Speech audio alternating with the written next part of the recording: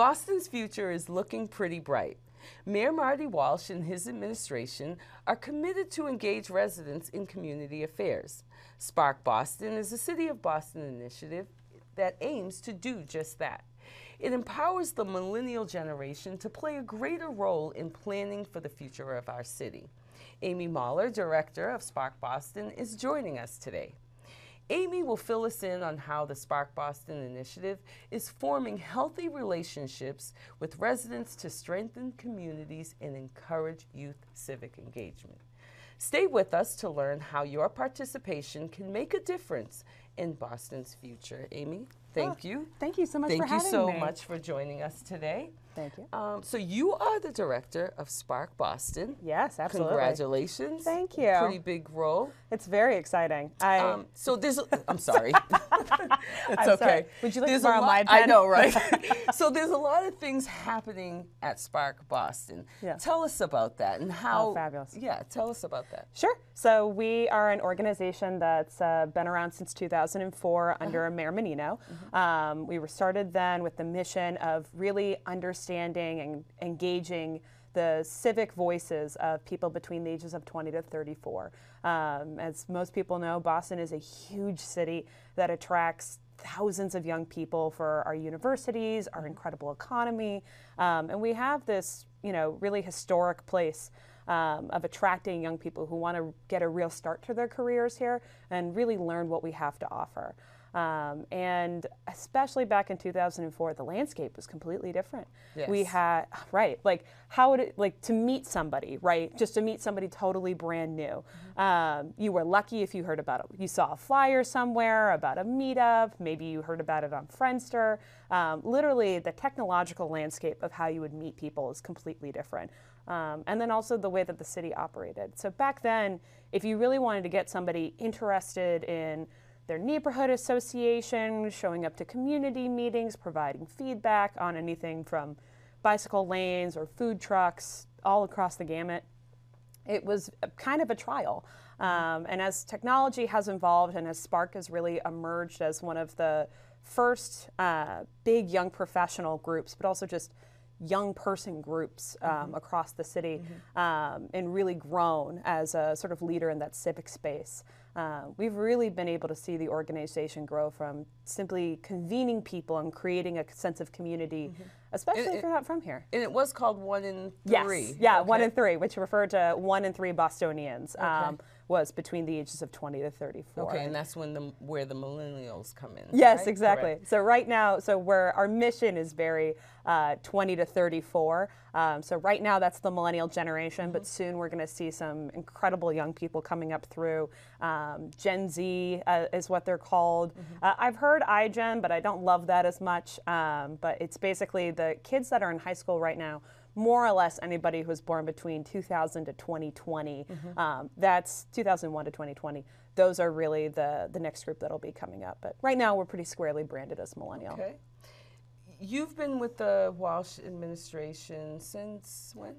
July of 2015. I came over from the Patrick administration and briefly in the Baker administration as a press secretary in our Executive Office of Energy and Environmental Affairs. And I handled press stories and talked to reporters on everything from recycling to shark attacks to bears to urban agriculture and everything across the board. And I got this fantastic sort of eagle's eye view of really what local government can do. And when the opportunity came up to really serve on the ground level in the Office of Neighborhood Services and then with the Mayor's Chief of Policy, Joyce Linehan, it was just too incredible of an opportunity to really see the things that I saw, the grant money, the technical assistance programs, those big services that we provided across the Commonwealth, and then actually observe them happening in real time, the real impact that they gave people. So how has that prepared you to actually direct Spark Boston? Thank you for asking. It is, I think the biggest thing that I've really learned from those experiences has been, unless you're interfacing with government on a day-to-day basis, whether it's your job, whether you work with a foundation, maybe you get a specific kind of grant funding, you don't always see the effects in your life. And for me, it's really important that young people understand, they may not see Boston as their forever home. Some people may only see this as a place where they do their time, they get their degree, they get that start in that career, that they know that that opportunity is here, and then they want to take their talents elsewhere. And they may not understand why it's important for them to be involved. But if you talk to a young person about rent, you talk to them about lunch options in their neighborhood so that they can stay healthy, you talk to them about, transportation.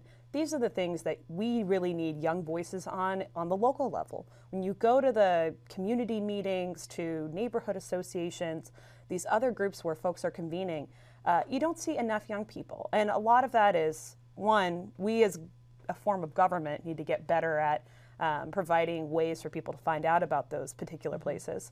But also it's, if you're working until 7, 8 o'clock at night on a regular basis, it's really hard to convince somebody to go out to a neighborhood association meeting. And so, and seeing that, seeing the real difference that government makes, it's helped me really be able to speak the language of my peers, but also make them understood why they matter in that civic process. So what challenges have you experienced as far as the planning process and involving the millennials and getting the elders involved as well? Yeah, it's funny. There are a couple of the different things that I've seen that have been challenges, but definitely opportunities is, I think if you have never been to a civic association meeting before I came to Boston, there was really no civic engagement in my life. Like I would do volunteering, I was a Girl Scout, was involved in my community, but just not on the same way that Boston really has. Teaching people, if you're from, like one of our council members is from Madrid. We have another council member from India. We have council members from Maryland. Yeah, it's pretty diverse. It's so diverse. Yeah, I was on the website and it's pretty diverse. Oh, they're the best. So it's great. Yeah, and I think that's the thing is like, we're an incredible city where we attract people from literally all over the world, helping those people see themselves as part of the civic process. And also that they, you live in a place. You don't always feel like you belong to a place. Helping them see that is incredibly important. And that's probably been the biggest challenge of I'm sorry. How is that helpful though? How is that helpful that you have people of all different backgrounds and different demographics be included and use their voice and become civically engaged? Why is that so important for the city? Mostly because if we want to grow as a city and if we want to see our values of, global exceptionalism, if we want to see ourselves as, this truly a shining city on a hill, as a hub, we need to include those voices of people who aren't from here and helping the people who aren't from here see how they belong. And it's important because especially as we try to introduce new ways of doing things, we need to have people who've seen it work or have, looked into it, have researched. If you talk to somebody from a different country about, anything from bicycle lanes to pop-ups, we have folks on our council who have lived in London for a while. We've had the people who've lived all over the world, but also all over the country, talking about, if you have a new idea, whether it's extending restaurants and establishments to later times, providing later night bus service in a way that makes sense from a taxpayer perspective. You need those kinds of on-the-ground understandings to help inform that discussion. Otherwise, when you hear a new idea be pitched and you've heard it a bunch of times before and you're understandably a little reticent because you don't want to waste taxpayer dollars on ideas that don't work, having voices in the room that say, this is a part of my regular life where I am from, or I have lived in a place where this is as normal as you hopping on the 8 bus. Those are the kinds of perspectives that we need to help make sure that people can think about new ways of seeing their own community with the comfort of somebody who wants it to become just as better so that they can share it together, The staple of Spark Boston is about connections, innovations, and empowerment. Talk to us about that. That's actually the mission statement. Yeah, it is. Part of it. Yeah, and it's, I think the biggest thing is, the thing I love the most about our council is that we have people from, like I said, literally all over the world, all over the country, totally different sectors of employment. We have social workers, we have teachers, we have fitness instructors, we have entrepreneurs, we have public servants, we have, coders, we have students. We have people who are really all across the gamut. We have community organizers. And all of those people, unless they're put in the same spot with a given mission, it is very rare that they're going to be able to connect with each other. And what you find so often that I really appreciate is that they are looking for that connection. They're looking to meet people who they can find new inspiration from, and then also help try to see new ways of looking at old problems. Is this what they've said to you, or? Yeah, okay. a couple of things. Okay. Well, and it's funny. It's a combination of, you talk about like why your job is hard. You talk about like why aspects of your community process are difficult, or the way that you approach an old problem. And somebody can come in and say like, oh, well, I actually work in this particular field, or I work in a field adjacent, and this is actually the way that we do it, and we have found this to be incredibly valuable. Okay. You took a whole roadblock out of that person's day when that they're trying to get something done. Yeah, it's so important, especially in this day and age. Like, networking is like the key big thing. Yeah. So there are some initiatives that you have that do connect people and allow opportunities of networking and entrepreneurship and empowerment is part of the civic engagement and connecting youths and elders with city leaders, politicians, so on and so forth. Could you talk to us about that? Yeah, so I think the thing that I love the most about the council is that the programming that we put up with primarily comes from them. I can give them a suggestion. I can give them a framework. So our chief chats were started under our previous director through our previous council. This was one of the top reasons that they applied, so that they could do this kind of programming to really give the opportunity for young people of all ages across the city of Boston who want to have that energy and have real conversations about policy and change with our different civic leaders. We had a fantastic chief chat back in back in March with Boston Public Library President David Leonard, and we also heard from two of the librarians that work at the BPL who are also in our demographic range. And we held it at the Newsfeed Cafe. We had one of our council members be the sort of moderator of the discussion. And what you really got to see was this moment where everybody in the room, no matter where they came from, at that one point in time, the thing that they cared about the most was hearing about how the city's library, the Commonwealth's library, was evolving to serve as many publics as possible. And everybody was invested in that moment. And that is what I love so much about our Chief Chat series, because we do that with different cabinet chiefs across the City Hall, across the Who are city some of the chiefs? I know Austin Blackman is one of them. He was a guest here. Yes, we had him last year during Earth Month, which was fabulous. We had him in District Hall. We have upcoming, Julie Burrows is going to be, our Chiefs of Arts and Culture is going to be doing a Chief Chat during Art Week, which we're very excited about. The founder of BAMS Fest is going to be on there, as well as one of our Boston Air Fellows. So we're extremely excited to hear about that. We have a Chief Chat coming up in May with Chief of Housing and the Director of Neighborhood Development, Sheila Dillon. We're still working on that panel, but it's exciting.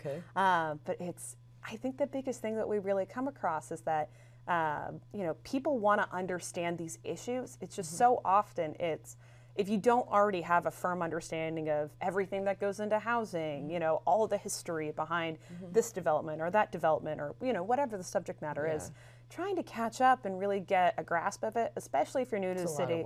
It's a lot of work. And we really try to reduce the burden on that as possible. Honestly, like, a lot of our programming is about reducing the emotional burden, but also the work burden of the folks who are coming to our programming. We do open houses on home ownership with the Boston Home Center. We do it in fun settings. We've done it at restaurants, we've done it at coffee shops, and it's specifically to really deformalize how important the idea is. Buying a home in the city of Boston, that's really out of reach mentally for a lot of people. It is. It is. And that's why when we put together all these different resources, we try to do it in settings that are extremely accessible by public transit. We always try to do it in, especially something that citywide of an impact. We try to do it near a commuter rail station. So if you're somebody who lives in Hyde Park and wants to buy in Hyde Park, we try to make sure that you know about all the different city options, but also you can hop on the commuter rail home. If it's near the Green Line, we can make sure that people all across the city can be able to get to there, since that's one of our main arteries. And we take accessibility really seriously. We can always be better, but I think it's really important for us to... The city is trying to improve that, making it more accessible for people to get around from community to community. So, exactly. Talk to me about the voices, about people that actually participate or may not be participating. What are you hearing on the streets? Yeah, so I mean, it's funny. At all of our different events, my favorite thing to do, other than watch my council members shine when they put on this programming, is talking to people who are friends of friends. They just walked past our event, they wanted to come in. The thing that I hear from them the most is they don't know how to get involved, which is absolutely why we stand there and like, hi. Nice to meet you. Yes. We're an organization we're opening up our applications in May. We're opening up our Impact Awards in mid-April. We'd love for you to participate. Come to our programming. And then also, I grab a coffee with literally anybody, especially in my age demographic, because I want to recruit them to apply to Spark. But I try to talk to as many people as I can. And the things that I hear are, I want to find a career that's meaningful to me, that I believe in. I believe in that cause. I want to be able to afford to stay in the city. I want to be able to have normal commutes, so that if I'm juggling grad school or a family member or even something as simple as a personal life, that you're going to be able to do it logistically, and safely and on time. And those are, I think, very common things that a lot of people go through. And especially folks in this particular demographic, they're working multiple jobs. They have a side hustle in addition to whatever their 9 to 5 is. Everybody has a side hustle. I know. It's so crazy. Oh, it is. Man. Well, it's like, how do you have time to breathe if you're working so hard all the time? And they are. There's so many different needs. Yes. Oh, totally. And also just like finding the way that you can turn your creative outlet into something that can actually help your livelihood is really hard. We partner with a lot of different city departments to figure out how to better connect them with those resources. We're doing a credit workshop in Mattapan at the end of April. Excellent. It's fabulous. Well, and the best part about it, that was an event that literally came out of a sit down we had with the Rudney Celestine, who's the mayor's liaison for Mattapan and the Haitian community, with Yusuf Ali, who's one of our council members, and then Shanice Wallace, who's one of our council members. And they said, it would be really great if we could get these sort of financial services to the neighborhood. And so Rudney, myself, Yusuf, and Shanice reach out to Constance Martin, who's over at the Office of Financial Empowerment. She has the resources. She has the expertise. How often are those meetings? So this is our first one, but we're going to see, because Office of Financial Empowerment does regularly offer these kinds of programming. I think it's twice a week in Roxbury. Okay. But so we're trying to see if the model works in different neighborhoods, and then trying to figure out, what... Great idea. Thank you. And figure out where can we replicate this potential success and what makes it most effective. I consistently find that if you want a really effective event with a lot of folks in it, partnering with other neighborhood organizations is the way to do it. They help you get the word out. They help add that credibility that you might not exactly have in that neighborhood.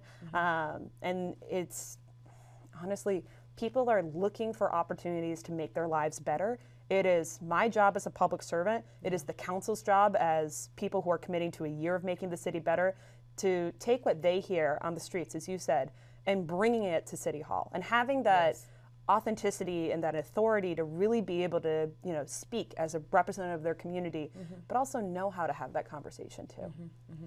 So Mayor Walsh is the best. Yeah, he really is. He's doing amazing. I think he's doing an amazing job here in the city of Boston. But he seems like he's really committed to transparency, inclusion, diversity. Talk to us about your work with the mayor as far as Spark Boston and how you're able to push through these initiatives. Yeah, so I think one of the biggest things that we are able to do because of the mayor is really, through the council, use them as a focus group for different city planning and programs. So especially with our last council and the council before that, we would use them as a test case and as I mean, honestly, having a warm, friendly room full of young people who just want to help, Yes. that is one of the best things that you can provide to a planner, a project manager, because then they can get feedback on programming that, you know, either they have a new idea they want to test, maybe they don't live in that particular neighborhood, and our council members understand that, you know, this is a space to be honest and kind. We always try to start off our council meetings by, you know, kicking things off with like, everybody here is coming in with good intentions. Yes. Let's keep that tone and keep that spirit. And as a result, you know, they have these very fruitful conversations, whether it's, you know, figuring out how to make solar check-in. So the Greenovate Boston team, they have a program where they walk through your home and they do inspections and they help you figure out basically how to make your home more energy efficient. And for a lot of people, the answer is, okay, we'll offer them after work. Most of the programming really is during the day. So telling a young person who works a 9-to-5 job to make time during their work week to have somebody come in and maybe they'll be able to save you $100 over a year, it's hard for a lot of young people, especially if they're working after school, especially if they have multiple jobs. So some of the feedback that we've provided have been, you know, offer the programming a little bit later, maybe looking into, you know, having a checklist that you can fill out and then have somebody come in and like check through for you, and maybe doing, you know, walkthroughs on the weekends as well. And this is the sort of feedback. Well, and that's the thing is like, you know, it's up to those program managers to understand the constraints of their programs, but it's our job to help them see these are the things that would actually help me the most. And I am telling you this because I want you to succeed. That's what I love about these young people is that they are 100% about helping the city succeed the most and coming from the side of a friend. External support system, organizations, politicians connecting with the youths and elders. How is that going? It's great. We had a really fabulous event a couple weeks ago with State Senator Eric Lesser. He was talking about his Millennial Engagement Initiative, and that's something that he and his colleagues in the State Senate who are in that sort of millennial generation. They're trying to pass a student loan bill of rights. They are trying to really focus on transportation. They're interested in hearing more about housing. And what we are really seeing is that young people want to connect with elected officials, but it is either not always within their reach or they need to be branded to specifically. So when we have our Spark Socials, we had one last month with at Turtle Swamp Brewing in Jamaica Plain. Councilor Matt O'Malley came. Can I tell you how bright the eyes were in that room, listening to him talk about his work on environmental issues, you know, trying to make the city a healthier place, just listening to why he cares about the city and what he has done to really be able to serve it. You know, from his days in the Clinton White House to working on the municipal level to, you know, doing projects that have gotten, you know, huge press to the smaller stuff. You know, he's worked on everything from like free sunscreen in public parks down to, you know, banning plastic bags. And that's the sort of stuff where people need to see the incremental but fundamental change that can happen on the local level. And so we're, especially with our social series, we're really looking into having more of these community voices, and especially district city councilors. We're lucky enough to have a whole new crop of city councilors who are looking to engage with this population, and so we're trying to reach out to them to see if they can come to our different events. And just creating that fundamental opportunity to actually connect with somebody who can impact your life. Yeah, it makes such a difference all the way around. Yeah. I want to go back to the Spark Impact Awards because that's a pretty big event that you have. Yeah. Pretty impressive, actually. I was on the website and learning about all the nominees. Yeah. You talk about the side hustle. These nominees have some serious side hustle. Talk to us about that. They're amazing. It's funny. I love, oh my God. The thing I love the most about the Impact Awards is that it is really an opportunity to look at the people who make up your friend groups, your professional networks, your peers, the people you take the tea with every day. and see the heroes that are in every single one of those people. You know, we have a variety of categories from entrepreneurship and innovation to arts and culture to public service and civic engagement, unsung heroes, so forth.